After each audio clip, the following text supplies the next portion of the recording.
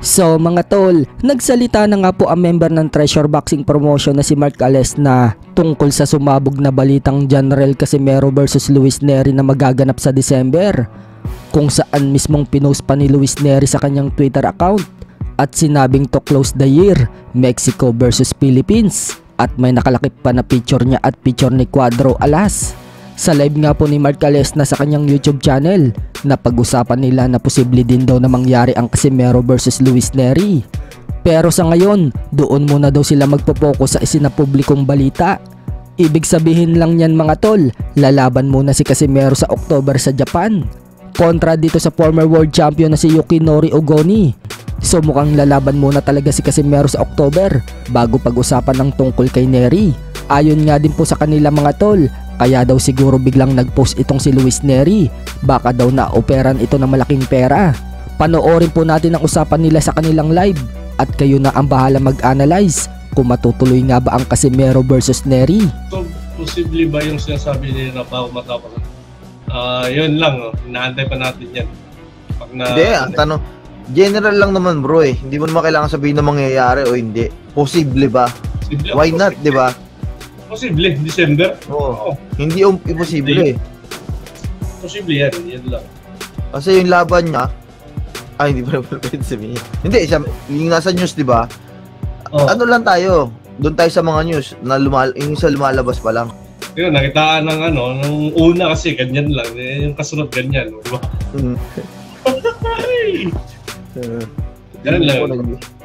Tama. Maganda yung ano mo. Siguro, inoperan ako ng ganito. Tapos yung pangalawang offer ganyan, papayag na ako, di ba?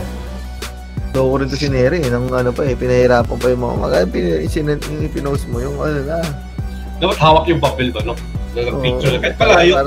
Para tapos na ang usapan. Mangyak-yak para atakihin na yung mga atakihin.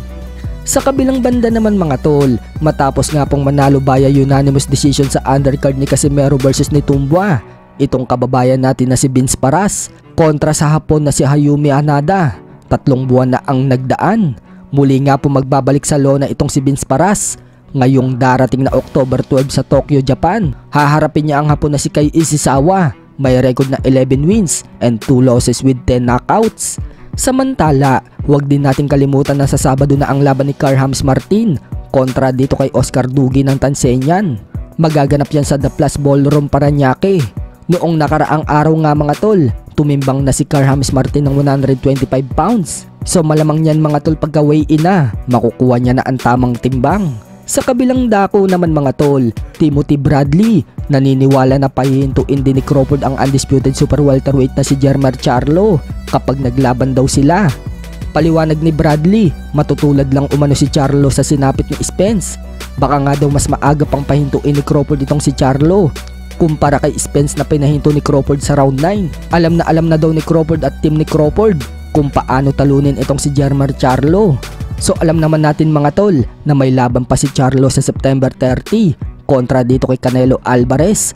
Asahan natin na babalik sa super welterweight si Jermar Charlo pagkatapos ng labang kay Canelo Alvarez para sa undisputed super middleweight.